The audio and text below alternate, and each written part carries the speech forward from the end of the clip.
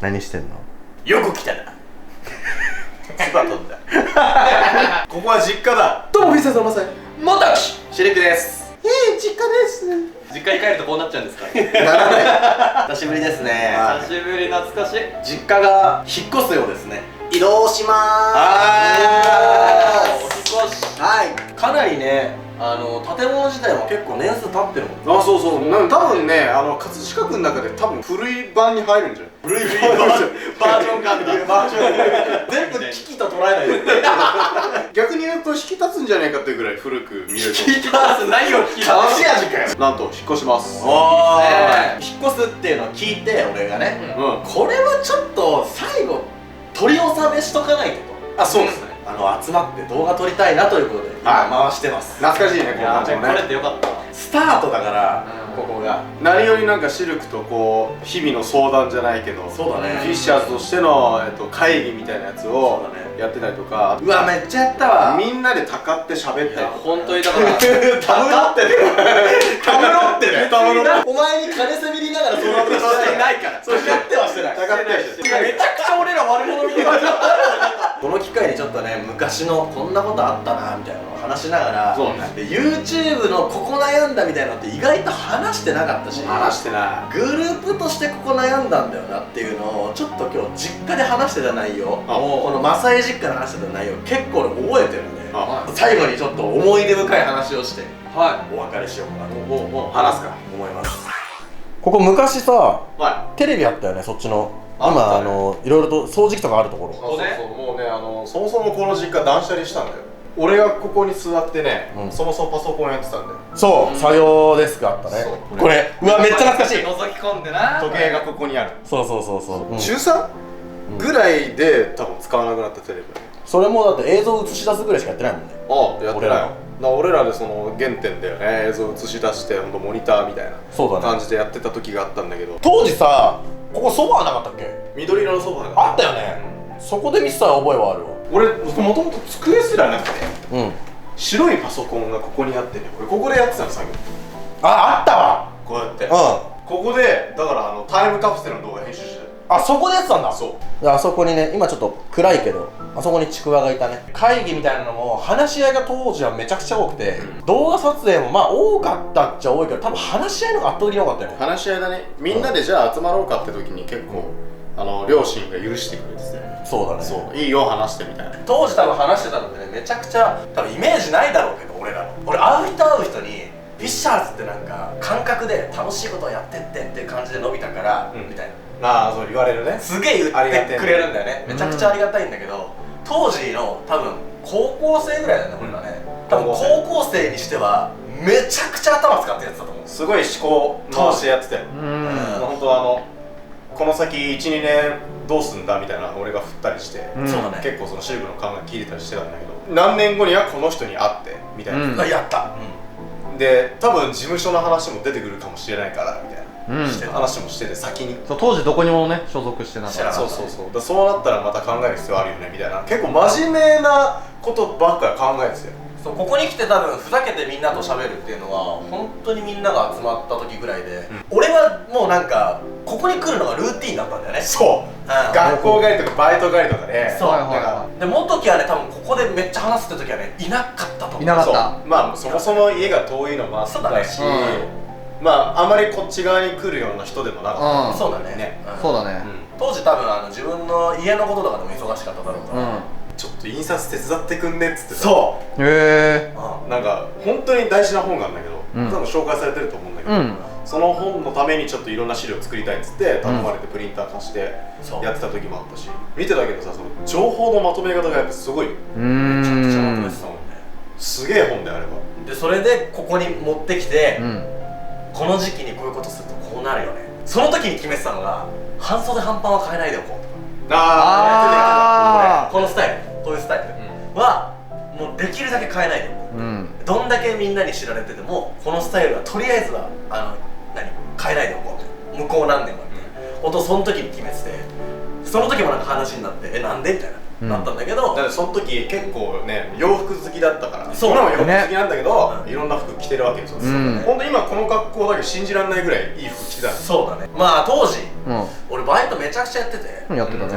引っ越し派遣、あとライブスタッフ、コンビニをやってて、で周りの学生より要は稼いでたわけよ。そうね。だから周りの学生よりそれはいい服を着てたし、いい格好もしてたんだけど、なんかこれを学生でやってんのって学生からしたらそんな服持ってんのとなるけどさ、大人からしたらさ、なんかあいつ生意気だなってなるじゃん。がなんかある時にそう思って、ちょっとやめて一番角立たないのなんだろうなと思ったのに、その半袖半ズボンを選んで、そうじゃあ動画出る時は半袖半ズボンの方が多分運動してる時にみんなからまあ好かれるよね。ちょっと身近でこういるような友達っぽいよねみたいなね。そうそう、子供の人たちもみんなこう楽しんでくれるだろうし、ちょっとその元気なあんちゃんに見られるんじゃないかって言って、ある時から半袖半パンに変えた。本当に今のフィッシャーズの柱があるとするじゃん。ここで多分どんどんこう組み上がってきたんだと思う。そうだね。ってぐらい大事な場所だと思うわ。ずっといたもんね、ここに。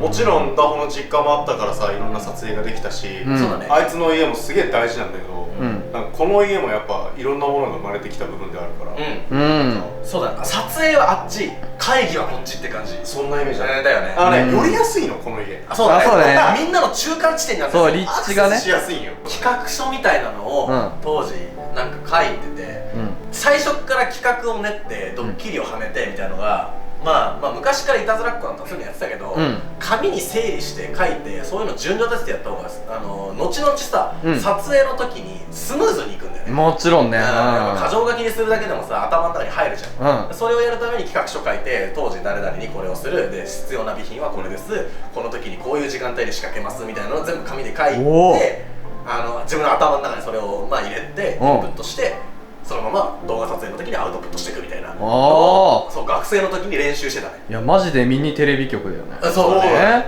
会社って会社がルール作るんだけど、俺らって要は友達から始まってるから、友達の中でルールって決めるのって実は結構難しくて、で全員が守れるかって言ったらそうでもないし、結構難しいんだけど、そのルールとかをこの時に決めたりして、それを守って今の多分フィッシャーズがあると思うんだけど、そういうのとかをねこの場所で1から10までいろいろと決めてやってったんだけど、多分そういうのをその当時に決めるっていうのは絶対大人が入んないと無理だったと思うんだよ、普通は。確かに普通はね。確かに。だって芸能事務所も絶対そうなわけじゃん。ルールはその芸能事務所の、プロダクションの人が決めるわけじゃん。なんだけどそれを自分らでやっていくっていうのがやっぱ大変だったし難しかったんだけど、ソロの YouTuber の時代も俺経験してるから分かるけど、シルクの部屋。そう、ソロの YouTuber って自分でやっぱ負担がむちゃくちゃ多いんだけど、その分なんかこうなんだろうな、達成感も一人での達成感っていうのはもちろんあるし、なんか感極まるところもあるし、やっぱすごいんだよね、ソロの YouTuber。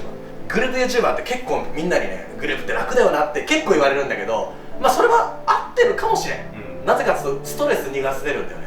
友達とずっと話せるから。そこはあるな。そう友達と話せたりで、なんか自分でつまずいた時も人に話聞けるし、すぐ近いやつに相談できたりとかするから、そこは確かに楽なんだけど、その分ねやっぱ頭がいっぱいあるから、それを統率取ったりとか自分らでこう同じ方向を向けるように頑張ったりって考えたりするっていうのはめっちゃむずいのよ。いやただで班長で頑張ろうとかじゃないよ。そんなレベルじゃない。絶対無理なのよ。机つないでやるとかそういうレベルじゃないよ。大変だよ。それを本当に数年間考え続けてここで固めたのよね。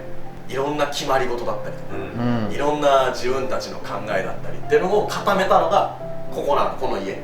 そうだ、撮影してたのはやっぱりナホの実家だったり俺の実家だったりはあったんだけど、ここは本当にそういう話ばっかしてて、多分周りから見たら相当気持ち悪かったと思うよね。でもそうだよね。17、18とかでねそんなんやってる人いないもんね。明らか変だもんね。大学行って大学の空き時間とかあるんだけど、その時間帯に全部その YouTube の資料まとめて、でこっち持ってきてちょっとまさに印刷してみたいな。ほんと情報量すげえ。そうね、ここでやってたね。一人でそこまでまとめるんだってぐらいやばかったよ。そうだね、めちゃくちゃまとめてたもんね。でもなんかシルクリーダーでよかったと思うわ。他の人が他の人が多分リーダーになってたらちょっと想像つかない今。本当でもその話一回も出てなかったよね。誰リーダーやるみたいな。出てない。本当にもうあいつに任せよっていうなんか裏で決まってたよ。なんでなんだろうね、気になるけどそういう話とかも別にここでしてなかったもんね。してないしてない。もうその前提で動いてたもんね。動いてた。多分俺もお前リーダーなみたいなのを直接って言われたわけではないんだよ俺も。多分ね、多分俺の記憶上なんだけど、なんかもう俺動いてたの。なんかお前リーダーなんじゃなくてお前リーダーじゃんになってた。そうかっていう。そう確かに何の違和感もなかったな。なかったよね。シルクがリーダーということについて疑問を感じたこと一回も。そうかみたいなね。みんなそれでなんか最初からそう決まってたみたいな。なんかそういうもんだと思ってた。確かに。でもいっかってなったもん俺も。第何世代みたいなことよく言われたけど、俺ら結構古い方ではあるのよ。まあ10年経ってっかんね。そう11年。昔の YouTube のグループやってる人ってメグインさんと劇団スカシソン。ああ劇団スカシソン。その2名が俺の中ではグループの2大巨頭みたいな。はいはい。確かにその印象ある。たんだよね。でその中にいろんな YouTuber さんがいて、もちろんソロでねヒカキンさんがいたりとか、ダンテ君がいたりとかっていうのあったんだけど、で当時はじめ君も多分ねチューブサウザンドっていうね、懐かしい。いろんなトミックさんとかとなんかいろいろとやってたと思うんだよね。でメグインさんも会社みたいな感じじゃん。そうだな。地元のやつらで集まって YouTube でグループでドカーンって名を上げた人って当時そんないなかったんだよね。いない。これだって一個思って、ソロでとりあえずやってみていろいろとデータ集めなきゃ無理だなってなって、まず行動して、でそっからいろいろと集め出してって、でもね一人でやれることってめっちゃあるわけ YouTube って、実際、なんかやっていくうちに多分みんなでいろいろとやってった方が多分後おもろいなってやっぱ気づき始めるんだよね。やること広がるじゃないけど、で自分の中でこれはこういう考えでよかったなって思ったのは、もう多分一人でやってれば一人で成功すればもう本当にやらしい話よ、一人に全て収入が入ってくるわけじゃん。ボンってなね、入ってくるわけじゃん。でそれで自分で幸せな家庭を築くとかっていうそういう考えになるんだろうけど、でも世間的にもその考えじゃない？その考えだと思う。それ合ってるは合ってるのかな。それはまた一つ道だと思う。そう道だと思うけど、俺の中でそう機材もあるし、最初に動画見て感銘を受けたのがこの家だったわけよ。この家でスライドショーみたいな動画を見た時に、こういうのやっぱあるといいな。もう一人でやっていくとなるとちげえなってなったの一発目で。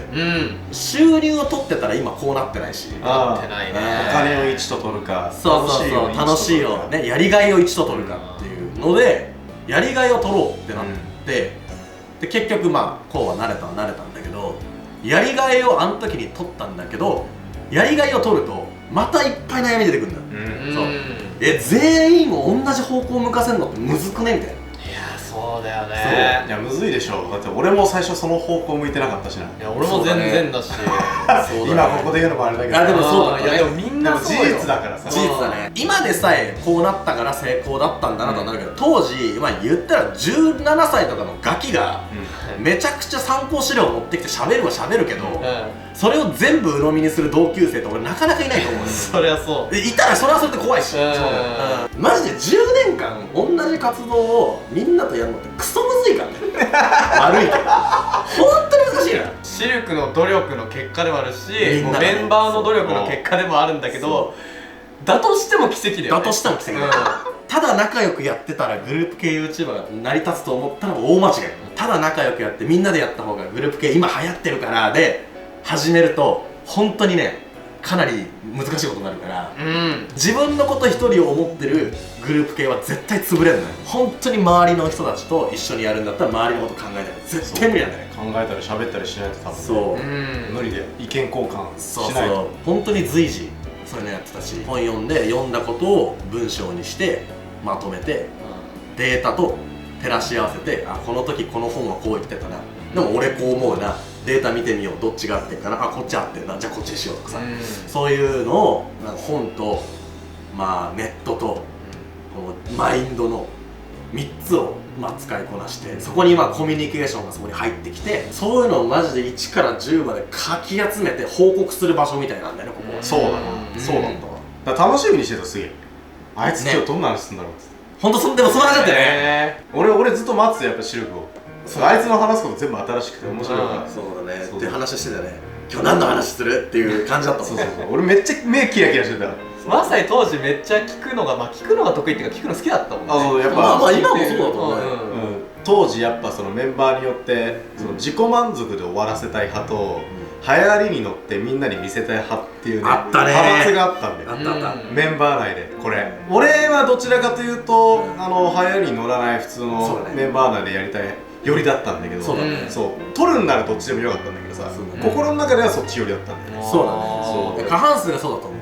多分当時流行りに乗って何かやろうって言い出したの多分俺だけだ。いや、シルクだけだよ。だけだったと思う。なんでかって多分まあ単純にその流行りがわからないんだと思うんだけど、 YouTube をやろうって言い出したのがシルクだから、そうだね。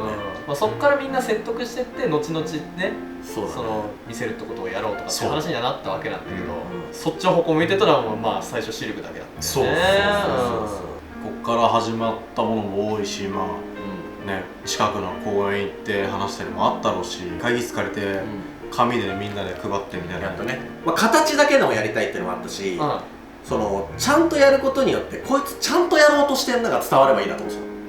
何よりそう友達同士でなんか会議を開いたんですってよくなんかね、そのバラエティ番組とかでもよくね話す時とかあるんだけど、よくね、いやそこまですんのかよみたいな、ただやりたかっただけだろみたいな話になるんだけど、まあそれはそういうねスタジオ内の話なんだけど、実際にあそこで俺がなんであれちゃんと会議室を使ってでまあやったのか、資料を配ってでデータをまとめてみんなの前で話したのかって、あれやんないとこいつ本気でやってるなっていうのが手っ取り早く伝わんねえなと思った。まあ逆に言えば俺本気だよっていうのを伝えるためにやった。そううわ懐かしい。何年それ？2014年7月20だ。7年前か。7年前かお前。会議の流れについて YouTube フィッシャーズメンバー一同。そう。本日は第1回フィッシャーズ大会議にお越しいただき誠にありがとうございます。いや面白いね。1個俺失敗したなと思ったのが、失敗した？そう、あの会議で一番大きな失敗なんだけど、失敗ちょっと聞いてないの。そう書類後で配りゃよかったなってめっちゃ思ったんだよね。書類先配った時に、みんなが書類バッて見て、内容わかんねえなって顔したので、ちょっとそれを文字面で考えちゃうと見ちゃうと一瞬やる気失せるんだよね。こうパッて見た時に資料を見て、これ何言ってんだっていうのを問題集配られた時のみたいな、話してからこうなりますよ、話してから文面見せるべきだったなっていうのはめちゃくちゃ思った。なるほどね。っていうのをあの会議の時に思って、人前でそういう会議の反省することなんかほぼないじゃん。ないよ。まあそうやる機会もねえしないから、ああいう若い時にそれができたのが一個経験として良かったのはあるんだけど、いやでもこれ傍から聞いてたら細かくないって多分思うと思うの。ああまあそうかもね。でも視聴者さんそれ細かくない？どっちでもよくないみたいな。確かに結果こうなってるしみたいな思う方いると思うけど、多分これちっちゃなことの積み重ねだったんだろうな。そうだね。豆だよ。あの時言い回しこっちにすればよかったとか、そういうのなんだよな。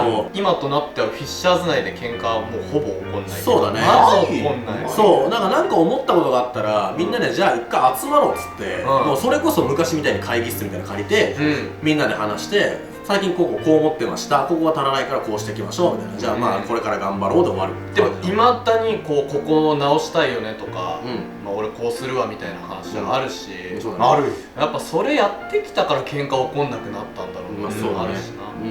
そういうのをまあここで身につけたのもあるんじゃねえかな。ああ、じゃあ7年前の失敗も覚えてんだ。覚えてる7年前の失敗すげえな。昔のこと考え出したらキリがないんだけど、ずーっとここで話してたからな。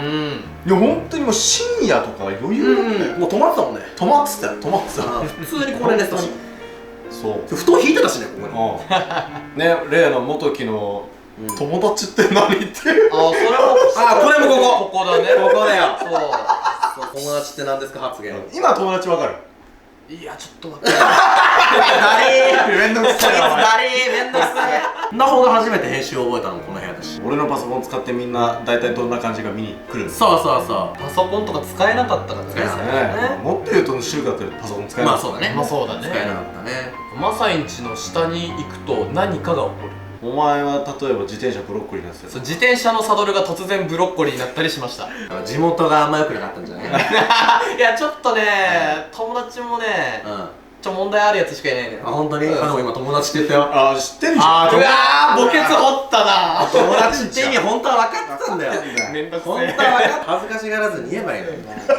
まあそのサドルやったら俺なんですよ。そうなんです。この企画やったら流行るだろうみたいなうん。のもここでめちゃくちゃ考えて、でも次どうしたらいいのかな。で俺らもうちょっとで20歳じゃん。ハイブランド来ますかって話にもなったし。そうあったあった。そういうとこもね当時いろいろ考えてて、いや俺らハイブランド来たらダメだろみたいな。そう、撮影とか終わって帰るときに登ってくる朝日を何度見たか。そうだね。本当にもう日昇ってきてんのよ。よ開けてんじゃんみたいな、明るいなーっつって帰るんだよ。っていう勉強をしたとこなんだよね。がなくなるっていうのを考えた時にやっぱちょっと切なくなったよね。まあそうだよな。そうだね。俺にとってもさすがに20年住んでた家だから。そうだよね。いろんなね歴史があって。あとひたすらに偉かったのが、多分わけわかんない話を俺がむちゃくちゃしたんだけど、全部聞いてたっていう。まさにほんと遮らないよな。そう何の話なんだろうみたいな多分話めっちゃしたと思うんだよ。だろうね。めっちゃされたね、めっちゃしたと思う。めっちゃした。何言ってるかわかんない話されたら聞くのやめちゃう人っていう。そうだから俺それ聞いて、あこいつはなんか目指したいものがあってメンバーを持っていきたいんだな。そう待とう。この家を深夜までいさせてくれた親父と母ちゃんに感謝。そうだね。そう本当にそう。ゆっくりしてってね。もうだいぶゆっくりした後にゆっくりしてってね。もうゆっくりしてんだよな。俺めちゃくちゃ弁当買ってここに来てんだよ。スーツでバイト行ってて、そのままスーツで廃棄の弁当、もらった弁当を持ってここで食ってたの。でここで食っていろんな話してたのを覚えてる。でその俺のバイトが暇な時間多かったの。その暇な時間に全部ここに忍ばせた手帳に全部こうネタと当時考えてることみたいなのを全部書いてたの。それをこの部屋来て、見て、こうなんだよね。多分そろそろこういう時期来るからみたいなのをここで話してた。とにかく何かに書いてて。何かに書いてたね。スマホにメモればよかったんだけど、なんか手書きで残したかったみたいな。スマホで文字消す時ってあるんだけど、あれが俺あんま好きじゃない。いろいろと文字とか書いてて、これちげえなって思った時って車線引けるじゃん。車線引けるけどちげえなと思った方が残るんだよね。車線にかぶさられてるけど、それが意外と大事だったりするんだよ。なんか間違えた道に印つけとくみたいな。そうポポポポポって文字が消えてっちゃうじゃん。そう、ミスったこと忘れちゃうんだよね。そう、それなんで違かったんだろうっていうの忘れちゃうんですよ。そう、一個の教室みたいなもんかな俺は。ここが手順紙持っといてよかったって。そうだからあれ見なかったら多分俺動画作ろうとか思わなかったもんな。俺も映像好きでやっていこうってなった決断した瞬間でもあったからさ。やっぱ人前でその動画見せた瞬間の気持ちよさがすごかった。そうだね。完成品を見せてみんながねこれいいじゃんって言ってくれるのが、それが今もね届けられて、みんな見てコメントしてくれるのを見て俺ニヤニヤしてんだけど。そうだね。でも実際そうだよね。実際そうだ。ずっと変わんないことで、地元の友達だったものがいまだに俺らは仲間内をこう楽しませたいっていう気持ちはあるけど、その身内を楽しませるのがだんだんこうそれが東京になって全国になって日本になってそこから世界になってっていう。だからそういう意味ではここでやったビデオ鑑賞会みたいなの俺らでやったんだけど、中学校の時の思い出の写真並べてさやったんだけど、あれが今こう要するに一個のでかい部屋で例えるなら世界人口を巻き込んでるっていう。そうだね。すごい青春は送ったと思う。いや送ったよ。俺もこの家から成長できるとは思ってなかったもん。すごい青春だったなってまだ続いてるんだけど。そうだ。11年前から考えられないね。本当だよ。環境ってやっぱ大事って言うじゃん。そういう意味ではいい環境だったんだと思う。そうな。その環境がここだったんだと思う。だから集まれなかったらその話できないじゃん。できない。ずっとできない。そういう環境があったんだよね。連絡だけじゃ無理なことってあるから直に話せる環境がマサイの家だった。ここだったんだよね。ここがあったから急ピッチでそういうの進めててやれたんじゃないかなっていう。だから逆に言うとこことかナホの家とかもそうだけどかなりこう良心的でさ、もういいよいいよ使ってみたいな感じで言ってくれたからスピード感でいけたから今こうなぐらいが良かったねのかもしれんけど、もしかしたらここの環境がなくて成人して集まってゆっくり話してじゃあ YouTube が今こうだって話してたら今始めてた可能性もあるんだよね。まあ環境があってよかったなっていう、まあ振り返って思ってで引っ越しが決まったっていうのになったからちょっと最後顔出して、こんなんあったなっていうのを浸れればな。まあ最後なので、振り返ろうという動画でございます。そうですね、ここから始まったんだな。そうついに終わってしまいます。この家がね。そうね。名残美味しいじゃねえや。お前食べるんかお家食べるんか。大変ですね。大変とかじゃねえよ。このカメラでここ撮ってんのもなんかちょっと面白いよね。そうだね、このカメラなかったからね。なかったからね。懐かしいな、なんかいい映像だわ。いろいろあったよ、この絵も。よくわかんない時間の赤毛見に行こう。ああ見たい。なんか懐かしいな。もう終わりか。行って最後の最後になんかケツまずいた。これ多分俺が小2ぐらいまでに描いた弟の落書き。アンパンマンかな。アンパンマンとクソみたいな目。顔でかすぎだろ。見下ろしてる。アルコール入ってるやん。アルコール入ってるよ、このアンパン。じゃあこれスタートじゃん。たどって迷路じゃないんだ。迷わせろよ。スタート。てんてんてけてけてんてんてててんてんてけてけてけてけてんてんてんてけてけてんてんてん。これついたんだよ。迷路作るか迷うことあんだね。間違えたな。バカ。ゴールやめんな、ほんで。お前が一番バカじゃねえか。一回ゴールにしてんじゃねえか、ここで。お前の家面白いな。やばいっしょ、これずっと残ってんだよ。これすごいね。そうそれ。なんなんこれ。この怪しい顔。これなんだよ。なんか扉に顔ついてんだよ。これなんなんこれ。これ夜光ったんだよ。どういうつもりなんですか。意味わかんないね。そう、親父が書いたやつ。親父が書いたの。俺じゃないんだよ。引っ越し先気をつけろよ。動画見てくれてありがとう。セカンドレイン Twitter、Instagram、他にもいろいろやってます。チャンネル登録よろしく。せーの、アデュー。オッケー。